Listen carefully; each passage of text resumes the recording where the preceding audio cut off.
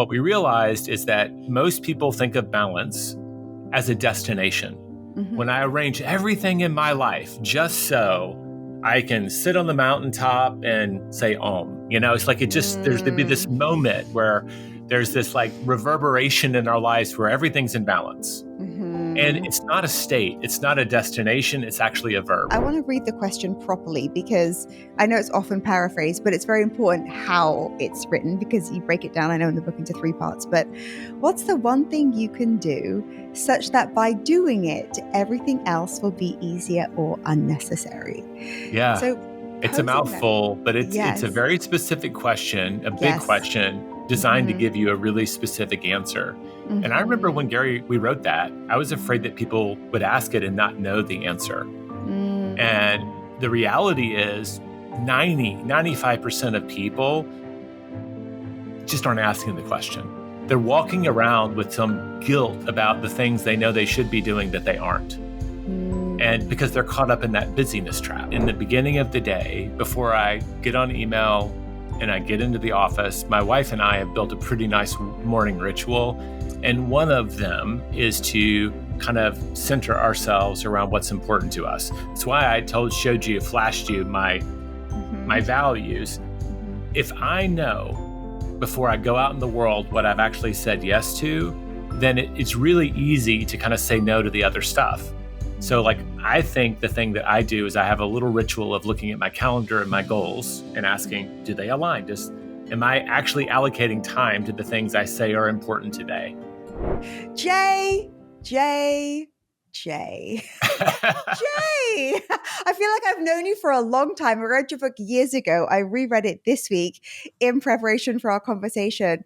Oh my gosh, welcome to the Let It Be Easy podcast. Thank you. Thank you so much for having me. It's really an honor. When I look at the guests that you have on this show, you've run a really remarkable program for a long time. It's really cool. Oh, thank you very much. I find that the one thing, look, you do a lot of things. You've got lots of amazing, you've got an incredible body of work. I do feel like the one thing is the book I still hear about nonstop, the question. It's showing up in newsletters. People reference it in conversations. And I'm like, I've known this book for a long time and still, it must be over a decade old now. Yeah, we just had our 11th anniversary. The book was published on April 1st of 2013. And wow. It's one of those authors that was like the 11th book we published, Gary and I. Not all of them, some of them were self-published, but 6 big books. And it just kind of caught fire. And it's like 3.1 million copies now. I can't believe it's still in print. I'm just like, you always expect them to see it on a remainder table someday. So my first question, Jay, is so looking back 11 years, congratulations. Looking back, is there anything you would change or add with the perspective just of time? Or are you like, nope, I wouldn't change a comma? Oh, I've learned so much. Since we published the book, we started a training and coaching company, and I've had the chance now. Gary Keller, he's the founder of Keller Williams. He's kind of got a bigger day job than I do. So it fell to me to become the spokesperson for the book. And what a privilege. And I've had to grow into it. I can't even tell you hundreds of thousands of people at this point that I've gotten to teach the book to. And you know how it is. Whenever you're the teacher, you're the person in the room who's probably learning the most. We've talked about coming out with a second edition. And the number one thing that I would add to the book now, without going too far, if we're gonna pick the book apart, but it's founded on a life of purpose. This idea of, do you know what your one thing is on the grand scale? Why am I here? And I didn't really confront that question until I was in my 40s. I just didn't think about it, right? And what ultimately am I doing all of this stuff for? Bringing meaning to it. And we wrestled with that. That's a tough challenge for people to bring meaning to their work, to their life, and kind of identify their mission statement, whatever you want to call it. The breakthrough we had, it was thanks to Greg McKeown, his book, Essentialism, and Brene Brown's, Daring Greatly, or Dare to Lead. I can't remember. Dare to Lead. Oh, I think both. Yes. Yeah. And she talked about core values and he talked about hiring, and those two intersected in my brain. And his thing was, what are the 3 qualities in an employee that we want? And if they're not a 9 out of a 10, it's a no. And I've done the core values thing a million times, but I'd never ranked them. And then I'd never used them as a compass. And so now my core values, got them on my phone, says impact, family, abundance. And if it's not a 9 out of 10 and it's a big decision, it's a no.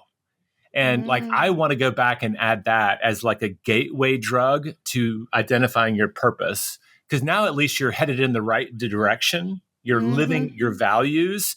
And those values will lead you to a destination that you may not know today, but you'll discover along the way. Does that make sense? Yeah. So with the values, do they act like a filter almost when you're making decisions? It's like, does it feel abundant? Does it involve family? Is this going to be healthy for my family? That's how you... Yes. Well, exactly. Like I usually ask students to define them. Like, what does impact mean? Family for me is not just my wife and 2 boys. It's not just my mom and sister and that family. It's also my closest friends. And in many cases, I consider my business partners my family. Those are relationships that matter so much more in my life, more than money and things. So like I had to kind of define, well, what do I mean when I say impact? What do I mean when I say, abundance? And what would be my rules for living them? And it just starts you down a path where I think you make better, more aligned decisions. I didn't know that we could get this heavy this fast. I know, I love it. And that's the number one thing, because that's the hardest thing to walk people down that path. But when people get clear, their life really, really levels up in a big way.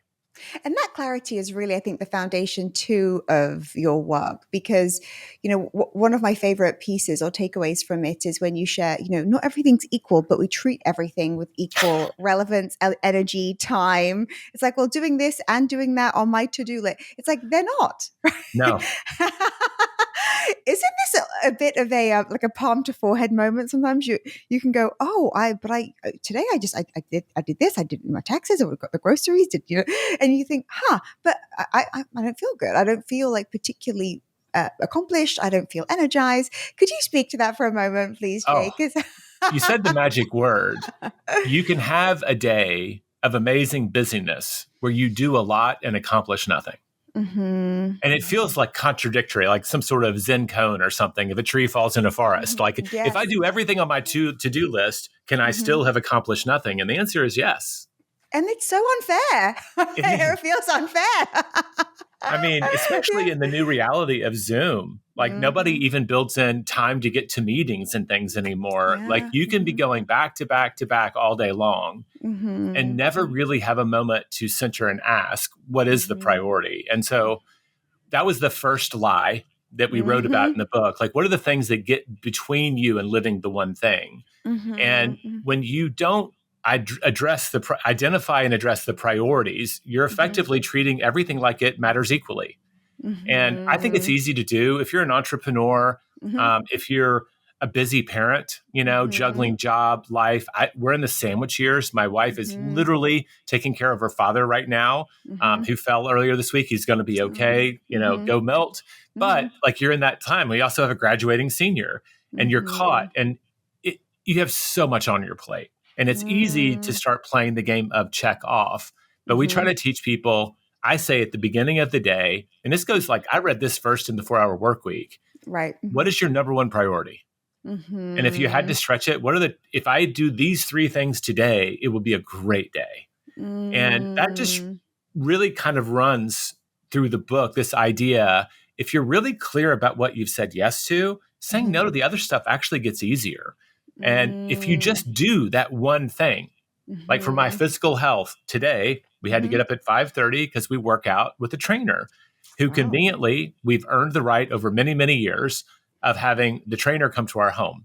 So if we forget to set the alarm, he's going to bang on our window because he's not happy to be there that early either. But it's accountability. But I know that when we do the burpees and do the things, like I kind of feel Mm-hmm. righteous the rest of the day because I checked a very big box, a big priority for Mm-hmm. my health early in the day.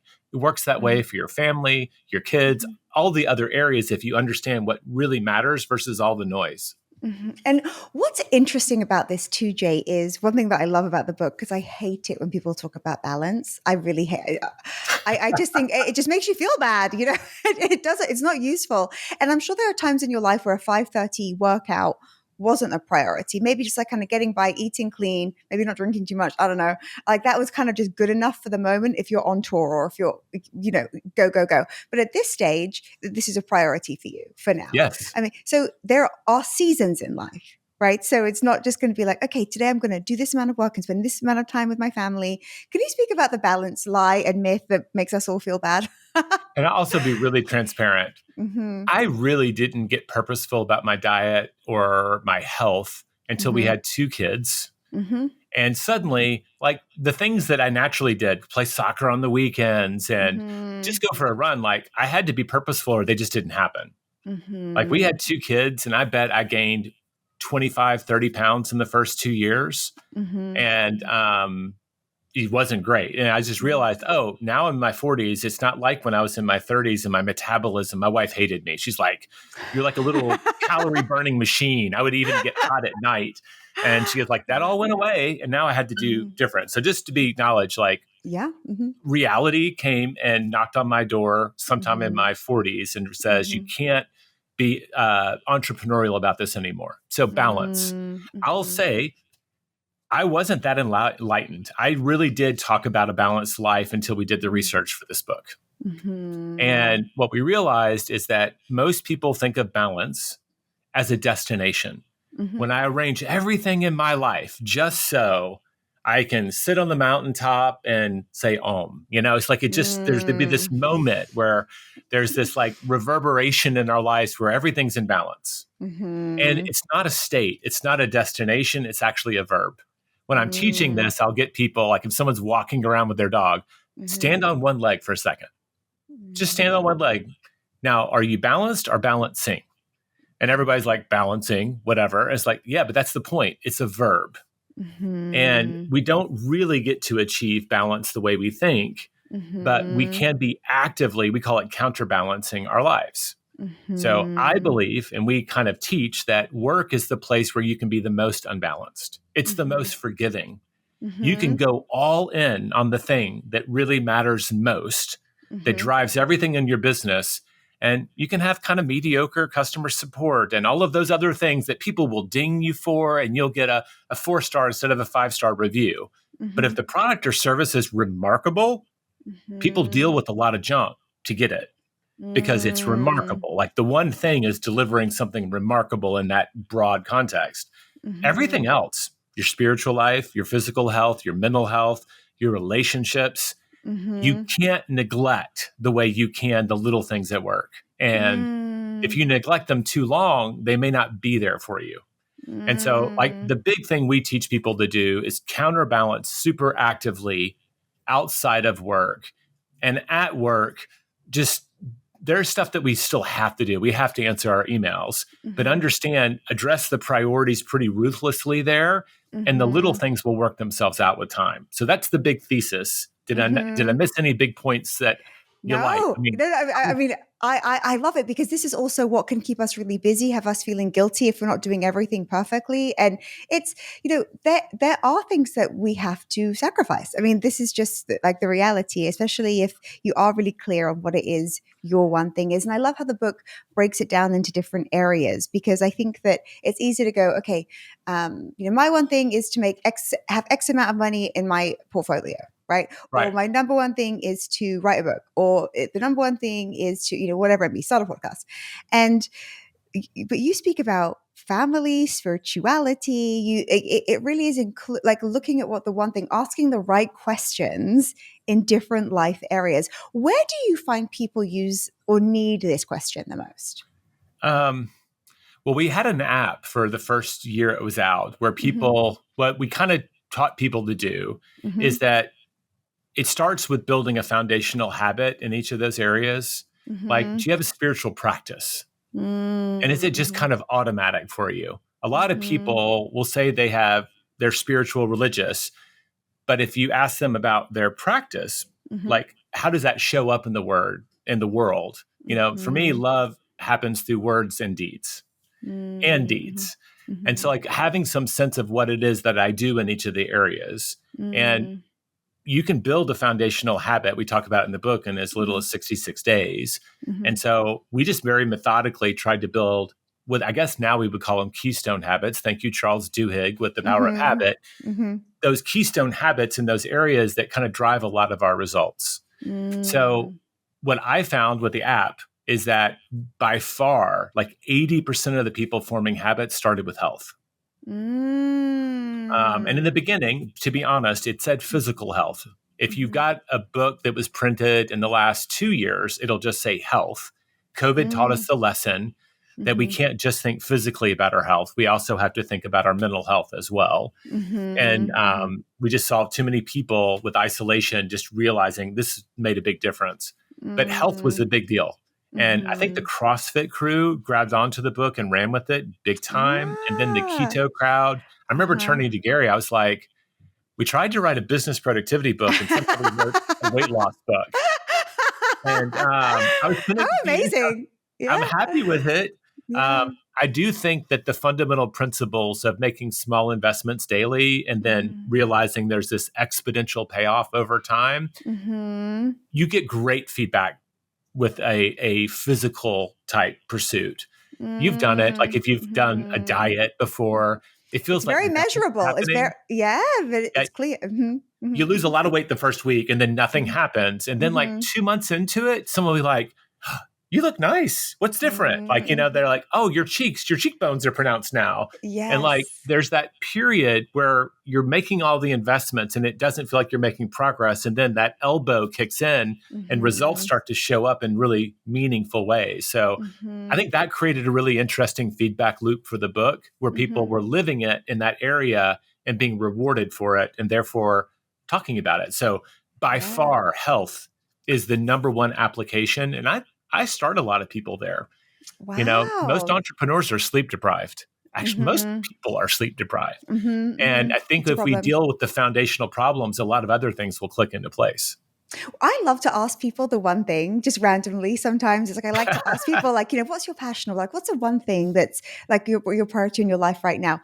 Or what's the one thing that's made the biggest difference? I just love to ask the question. What answers, I'm sure you naturally ask this question a lot.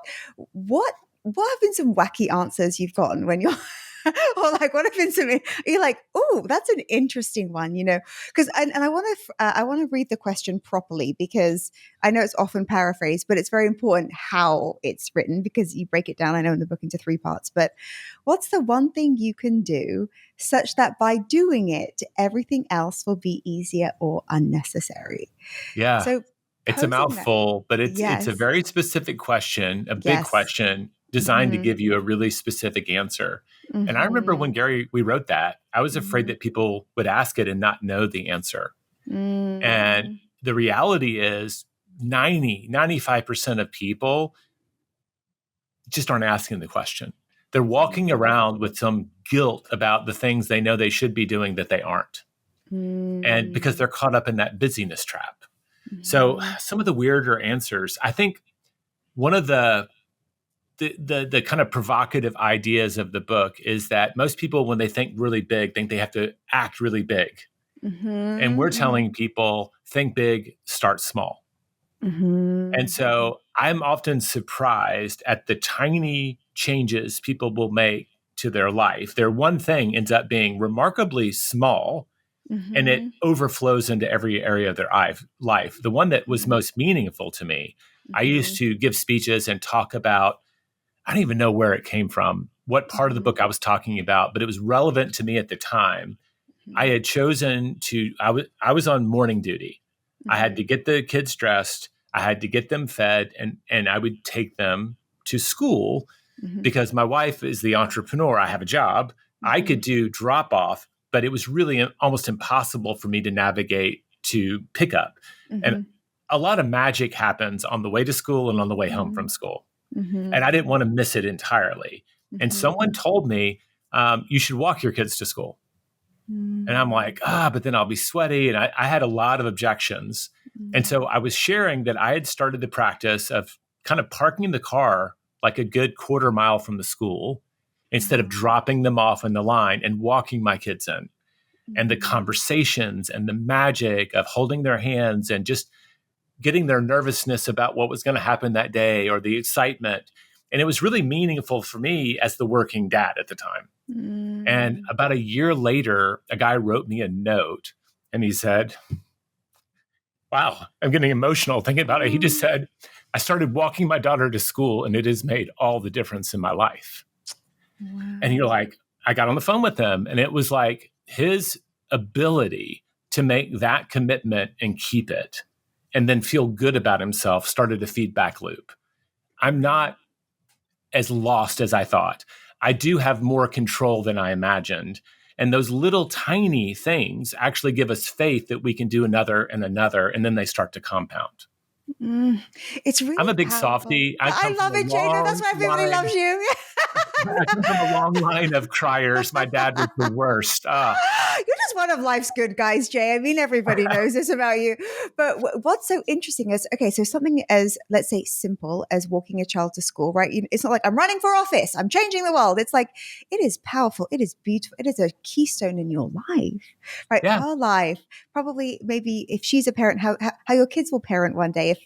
If it's what I like about the book too, with, thinking big and not being, I don't even want to say distracted, but people don't always support big thoughts and dreams, right? It's always like, being realistic and et cetera, et cetera. But with these kind of small incremental shifts, one woman said to me once when I asked her one thing, she was like, oh, I stopped drinking a couple of years ago. Everything's amazing. Like that one thing changed so much, right? This other woman told me she did it before it was hip and cool, which it appears to be right now. I know. It's very, very healthy trend. One other woman said, she's like, I had to figure out marketing. She's like, I just thought that if I'm an amazing therapist, that was enough. And she's like, but then I read some marketing books and I realized I need to really talk about outcomes. And she was like, that changed everything.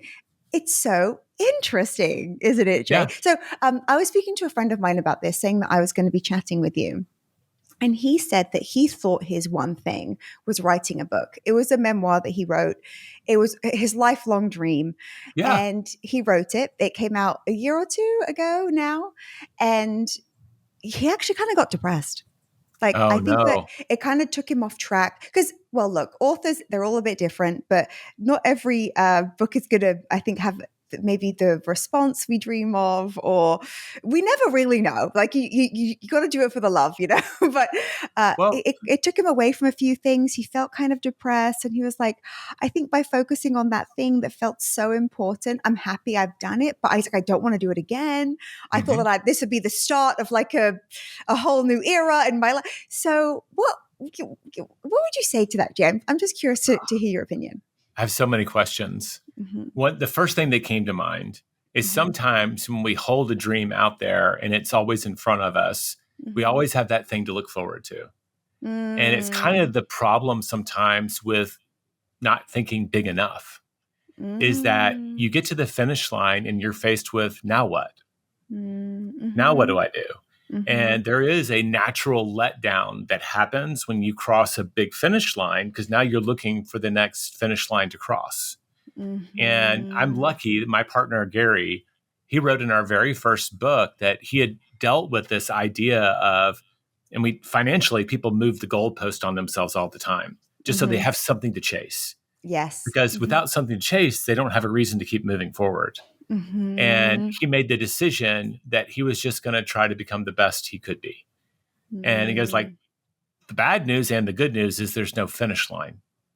It's always asking, well, great, what's next? Always what's next? Always what's next? And, early on, one of the first iterations of my purpose statement was to be the best husband and father I could be, because I knew that same kind of thing would be at play, that it would always be an evolving set of goals to just try to be better, just to try to explore where are my boundaries, which is an interesting way to think about goals and achievement. It horrifies some people not to have a clear, smart goal with a time-bound deadline and all of those things, because we're very programmed to pursue things that way. But the research that I read around happiness and fulfillment is that, happiness, we talk about it a lot more today, and it's good. It can be very fleeting, right? That car, that house, that accomplishment, that trophy won't make you happy for very long. Winning the lottery won't either, right? The hedonic treadmill kicks in, and whatever is normal to us becomes kind of background noise within a few months. But you look up and you kind of ask the question, the incremental progress towards the goal tends to deliver a lot more fulfillment than actually reaching the goal because of that letdown. So I would tell the person, you did it. Congrats. Very few do write a memoir. That it takes courage to put your life out there. All of the things I would tell them. And then I'd say, you're naturally in this place between goals. Now, what would be the next step? And what was the real reason you wrote the book? Because I don't think it was just to write the book. Because if it was telling his story, and I'm just imagining here, maybe there was some trauma that he experienced and overcame, and he's hoping to inspire people. I would just say, well, that's not the finish line. That's the starting line, right? You've now put it out there. Now, what else can you do to make that even more meaningfully impactful? But like without the Q&A, I can't ask those questions. I suspect that was part of a bigger journey, and that he hasn't yet identified where life was leading him so that he could know the next step. It's so interesting, isn't it? Because sometimes we pursue things, we kind of do know our one thing, it feels good, and we never know what the outcome is. We always hope more, bigger, better, more exciting, But do you find that sometimes pursuing the one thing or it can even just be a redirect in some way, or maybe what you think you're going for, or what it is that feels like this is absolutely it. It's actually more of a guide, and who knows what can be revealed along the way. Well, when I used to teach people to write a purpose statement, and even now when I teach them values, that's like, don't rush out and get a tattoo. I do think that it's a snapshot of where you are at that moment in your life. And it can evolve. Like, a lot of people feel like, I think the research said less than 20% of people in their teens and 20s have a clear sense of purpose for their life. And almost all of them are highly religious. Right. And so they're living their purpose from a purpose of a religion, not like, I was always meant to be a surgeon and save people's eyesight. The Elon Musk that we idolize, the Steve Jobs that appear to be world changers, that have this great vision, are incredibly, incredibly rare. And it's unfair to try to compare ourselves to people like that. I think a lot of us are on a journey. There's a story. I don't even remember if we told this in the book or not, Susie. Okay, tell me. I'll tell you. It's The Rider and the Elephant. And it came from a book called The Happiness Hypothesis. And he told the story. Imagine that you're watching a small child, a 40-pound child, riding a 4-ton elephant through the jungle. And so picture that in your head. Great. They've got the little bamboo stick and they're tapping it on the ears to make it turn left and right. And he says, great. Now, honestly, is there anything that child can do to force the elephant to go where the elephant does not want to go? The laws of physics would say, not a chance. 40-pound child on top of the 4-ton elephant, the elephant goes wherever the hell it wants. And he said, the metaphor here is that your mind, what you think you want, is the rider, but your heart is the elephant. And the elephant is always in charge. If it's going really where your mind directs, it's only because it wants to. And when I read that story, it was a great relief to me because I didn't have a clear sense of purpose yet. I didn't feel like I was on a mission. I was looking at milestones that I thought might be in the right path, but I wasn't sure. And I was like, well, if the elephant's in charge, it's really going to be hard for me to be on the wrong path for any amount of time. Now I just need to look backwards, where did I go? And now can I try to divine why I was on that journey? And now I can start connecting dots to know where to look forward. And that is kind of part of the process. So anyway, the elephant's in charge in my mind. And we can't, no matter what, we can't go against the elephant for long. Like, no matter, it's impossible. Like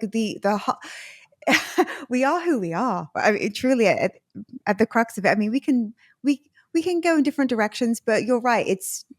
We know how that feels. It's a lack of integrity.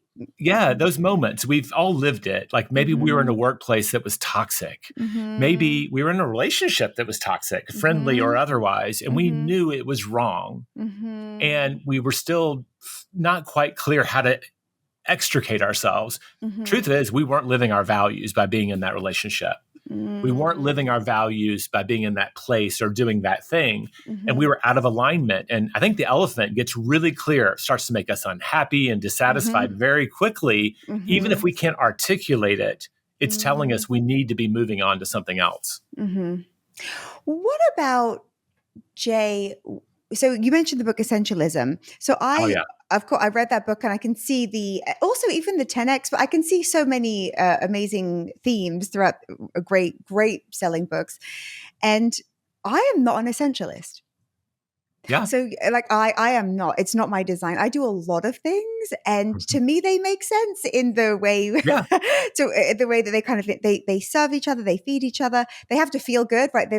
My elephant has to be happy, But I think to myself sometimes if there's something wrong with that, or I think, or,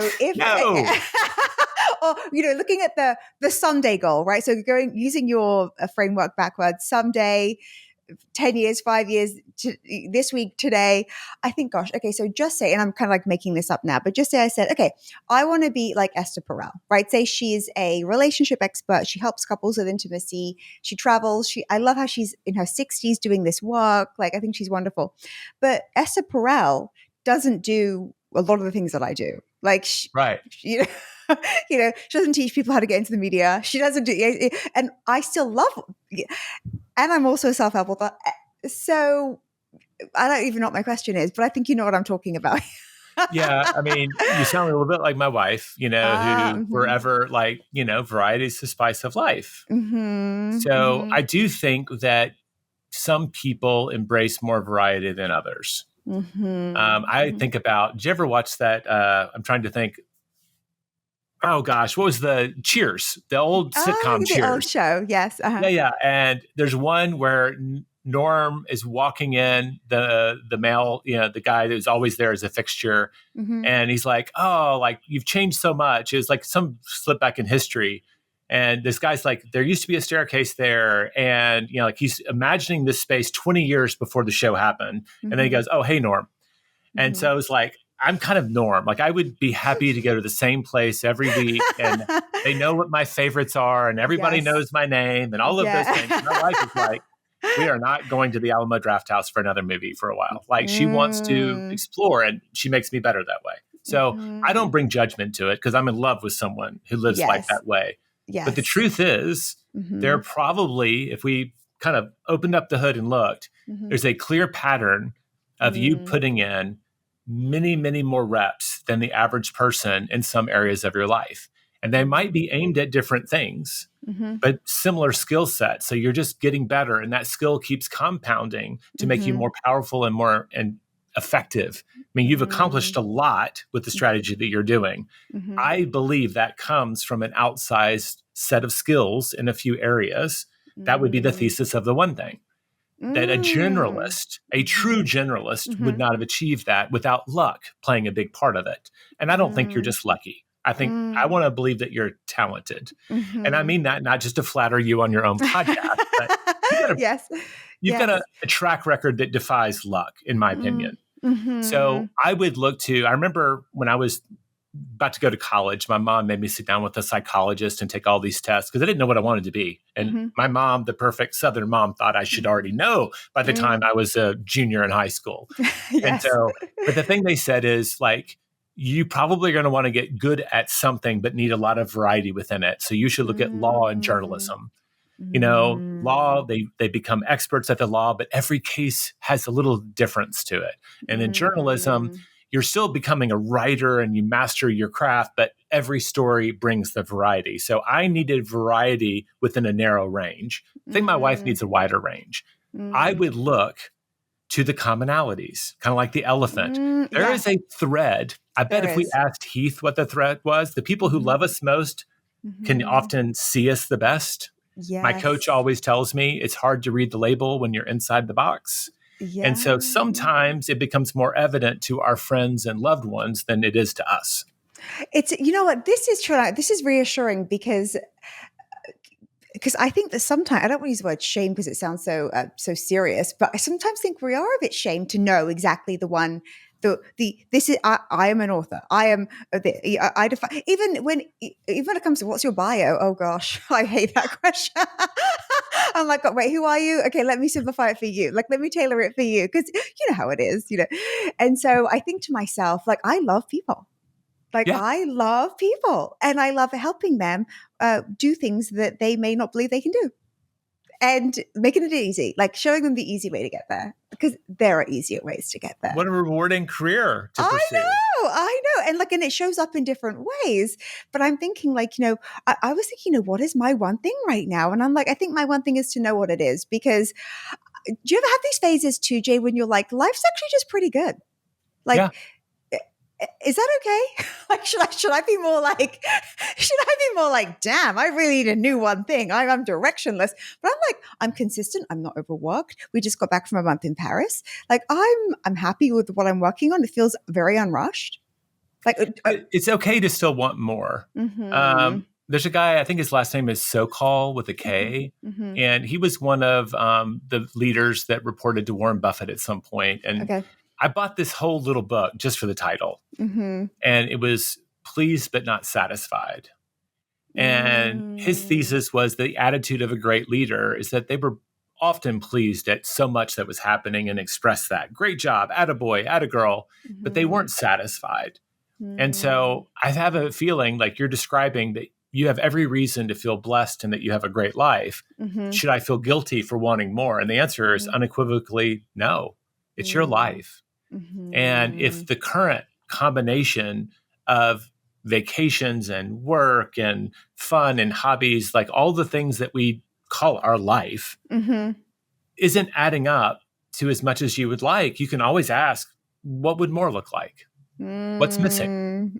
And I think that's a fun question. And it doesn't sound like it's coming from a midlife crisis, Susie. Right. But there are people that they come and they're like, everything has to change and it has to all change at once. And that's just, I think a midlife crisis is actually a misnomer. Like people get them as early as their late 20s. Right. But it just is some sort of existential, I believe that's an elephant conversation. I don't believe I'm on the path that I thought I was, and I need to make big changes fast. Right. Yes. And also I think that what I've learned, and this is also, I mean, thanks to you, I learned this. Yeah. I mean, I've known for a while. I feel like we're having a one-on-one coaching session right now. I love it. I love it so much. I could keep you forever, Jay, truly. I could just keep you. But I know that working on to the right thing is more important than working hard. So for example, I was chatting to somebody and she spent 3 weeks on something and the outcome just wasn't there. It was, I say unwanted result. She says failure, right? So she's like, this failed. And I'm like, well, number one, we're not owed anything for what we do. We're not owed success. It's not like, okay, I did the work, so here's the outcome. That's not how it goes, right? Yeah. And I said, but you know what? And what I said to her is like, if this is the result that you wanted, surely there's an easier way to get there. Yeah. I'm like, I swear, one 15-minute phone call can be more effective than 3 weeks of work on anything, depending, of course, on different circumstances. But I don't know. I think this is one of the reasons that so many people don't have enough free time. They don't know. They don't even think like, what's really going to be the needle mover here, right? What's gonna really make a difference quickly? And I think that we almost don't think we're allowed it to be simple and straightforward in some cases. Do you agree? Yeah. And I think you're talking about what we write in the book, the 80-20 principle, Pareto's principle. And I know that people might have been tired. Like all these productivity books hit me over the head with this idea. Why? Because you're not living it. And I think that it's a muscle.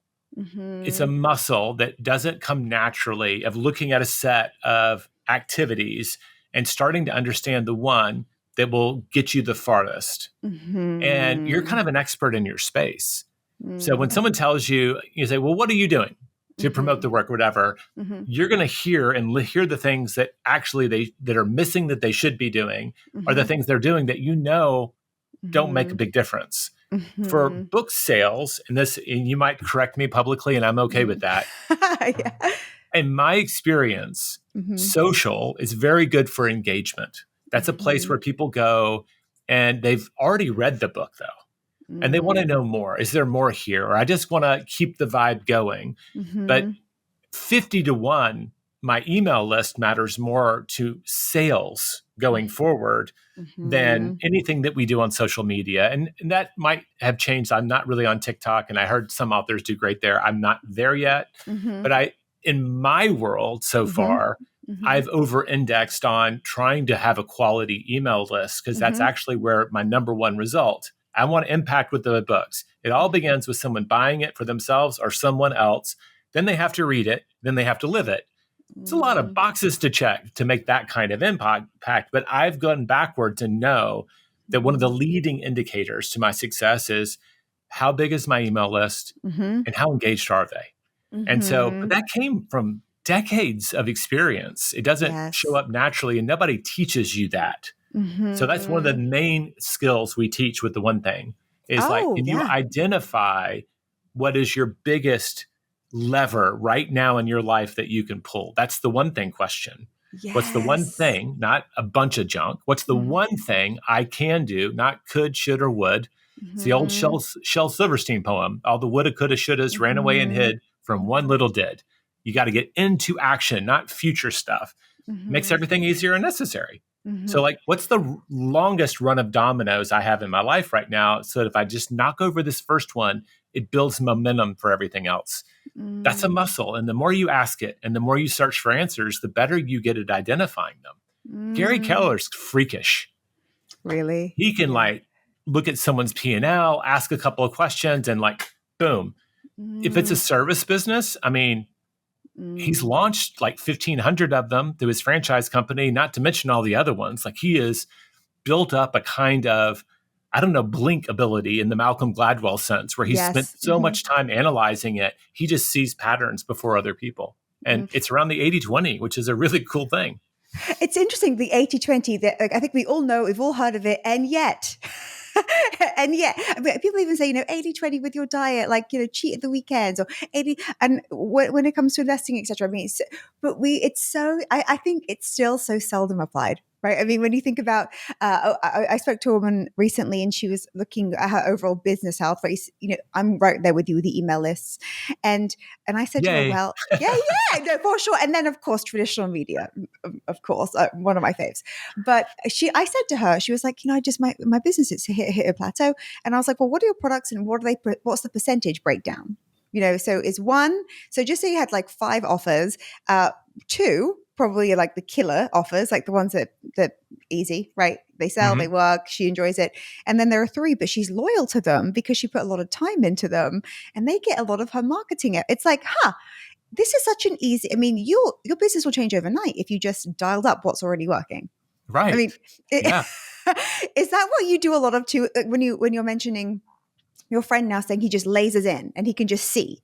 He just knows. Is that is that one thing that you love to do with people too when you work with them? Well, if there's data available, you can identify the subset of the activities the business is doing that are actually paying off. If you can work backwards, where are my sales coming from? And a large proportion are coming from one activity, double down on that activity and see if it scales. And almost every time it does, right? So with a lot less complexity, you can do one thing. And I know one thing just write your newsletter. That's a lot of things to do one thing. But that key activity drives a lot of results. And I just think it's a muscle. In an existing business, we can analyze data. I can interview your customers. Where'd they come from? I can look at product reviews and see what it is about it. But sometimes going forward, we may not know, and we just experiment.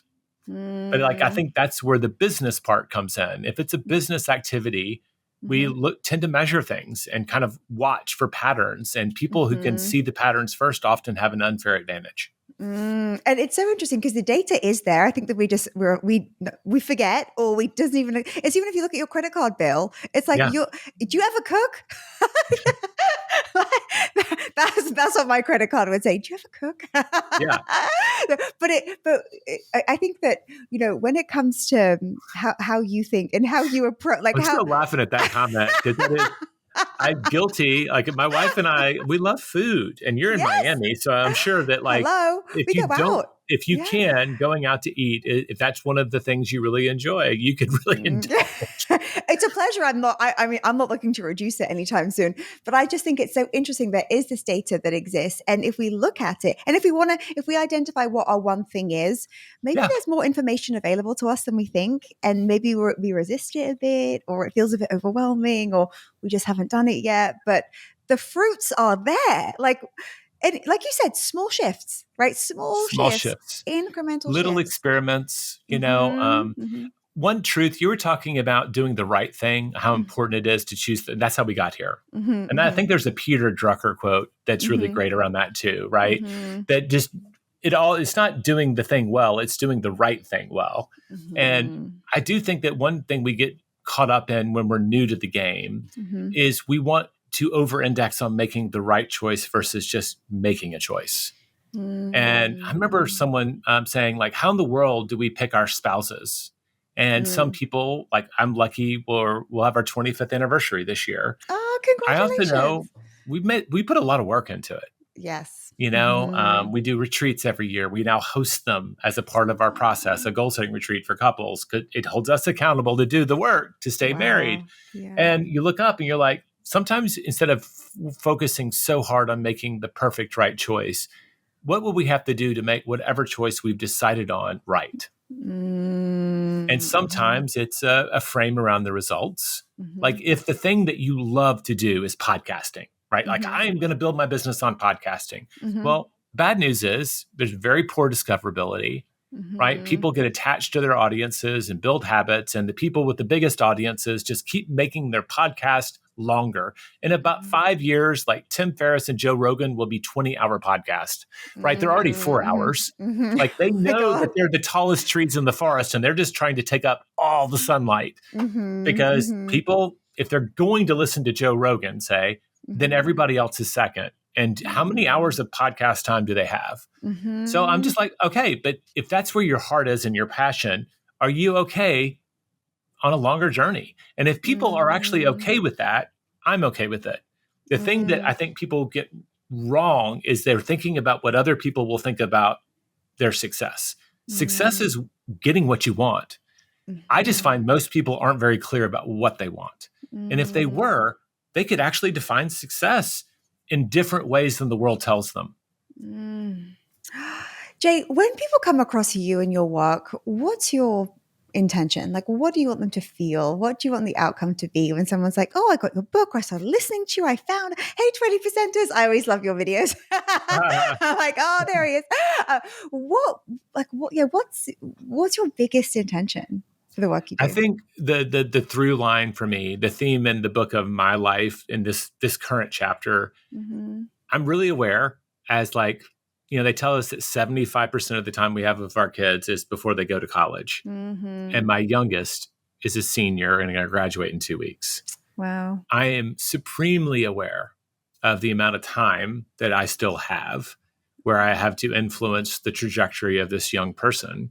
And so I really feel like I'm trying to help people make better investments of time. I feel called to help people make an impact. And I tend to be really good at making very complicated things simple and actionable, which is, hey, I'm a self-help business author. Guess what, right? That's where I ended up. That's my superpower, I guess. So I like to use that. And with the one thing and what we do there, it all boils down, have people invested their time or are they just spending it? Are they getting the return that they deserve for it? And I don't know, it sounds a little intellectual maybe on the outside, but to me, it's very meaningful. I think that's kind of my one thing right now. And look how clear you are. And look how I'm sure that so many people listening will be like, that's it. Like that, and it's not like because we can go into all the things, and then overthink. One of my mantras is underthink it. Right? Aren't some of the most obvious things so easily overlooked? Right? Time with your Yeah. children. Right? Like time with your investing in your marriage. Getting up at 5:30. No one wants to do that, and you're doing it. And here you are, like this thriving, awesome part. Like, I mean, I'm happier in the world, Jay. Thank you. Like I am. Thank I'm you. happier in the world. And where do people find you? Like, so how do we get on your email list? Tell us all the things. I think one, if you Google Jay Papasan, even if they misspell it, I think I'm the only one in the world so far. So I'm not 1 in a million. I'm 1 in 7 billion when it comes to my name. Okay. And that helps when people are looking for me. But jpapasan.com has links to my books, to the One Thing training, our goal setting retreat, and my newsletter, which is called the 20%er. Amazing. And then I always love to ask this question. Jay, what's one thing that you do consistently in your life that allows it to just be easier? I think the number one thing is that in the beginning of the day, before I get on email and I get into the office, my wife and I have built a pretty nice morning ritual. And one of them is to kind of center ourselves around what's important to us. That's why I flashed you my values. If I know before I go out in the world what I've actually said yes to, then it's really easy to kind of say no to the other stuff. So like, I think the thing that I do is I have a little ritual of looking at my calendar and my goals and asking, do they align? Am I actually allocating time to the things I say are important today? It takes me about 5 minutes in the morning on my phone. When I feel good about that, I think everything is easier for me. Oh, Jay, I hope you come back. I hope we can do this again. I mean, what a great interviewer. Oh my gosh. And you're so enthusiastic. I mean, my God. How can I not be? I mean, think about it. I always think to myself, how do I get to have these conversations? When I was growing up reading self-help books, like now a world exists where I can speak to you. Like, ask, it's incredible. And truly, thank you for the work you do. Thanks for being you, Jay. My friends, enjoy, follow this man, do all the things. Definitely check out the book and sign up for the newsletter. I'm actually not on your list yet. So, we'll have to fix that. I know. I'm going to do it right away. So, my friends, until next time, so much love and ease.